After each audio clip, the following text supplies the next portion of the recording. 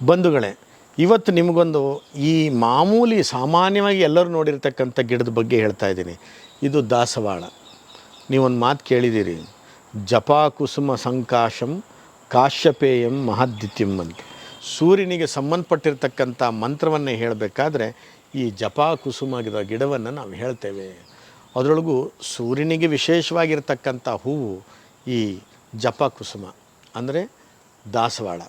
ದಾಸವಾಳದಲ್ಲಿ ಕೆಂಪು ದಾಸವಾಳ, ನೇರಳೆ ದಾಸವಾಳ, ಬಿಳಿ ದಾಸವಾಳ, ಗುಲಾಬಿ ದಾಸವಾಳ, ಹಳದಿ ದಾಸವಾಳ, ಇವತ್ತಂತೂ ದಾಸವಾಳದ ಬಣ್ಣಗಳೇ ಒಂದು 100 ರೀತಿಯ ದಾಸವಾಳಗಳನ್ನು ನಾವು ಕಾಣ್ತೇವೆ.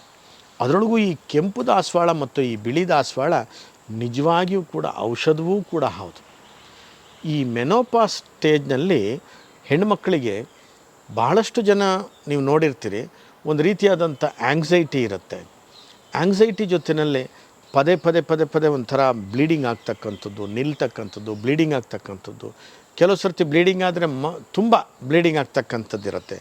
ಈ ಮುಟ್ಟಿನ ದೋಷ ಇದ್ದಂಥ ಸಂದರ್ಭದಲ್ಲಿ ಇದನ್ನು ಗಂಜಿಗೆ ಎಲೆಯನ್ನು, ಈ ದಾಸವಾಳದ ಎಲೆ ಒಂದು 5-6 ಎಲೆಯನ್ನು ಒಂದು ಕಟ್ ಮಾಡಿ ಗಂಜಿಯಲ್ಲೋ ಪಲ್ಯದಲ್ಲೋ ಬಳಸ್ತಕ್ಕಂಥದ್ದು ಭಾಳಷ್ಟು ಒಳ್ಳೆಯದು. ಬಿಳಿ ದಾಸವಾಳದ ಹೂಗಳನ್ನು ಕೂಡ ಕಲ್ಲು ಸಕ್ಕರೆ ಜೊತೆಯಲ್ಲಿ ಸೇವನೆ ಮಾಡ್ತಾ ಬಂದರೆ ಈ ಮೆನೋಪಾಸ್ ಸ್ಟೇಜ್ನಲ್ಲಿ ಭಾಳಷ್ಟು ಉತ್ತಮವಾದ ರಿಸಲ್ಟ್ ಸಿಗುತ್ತೆ.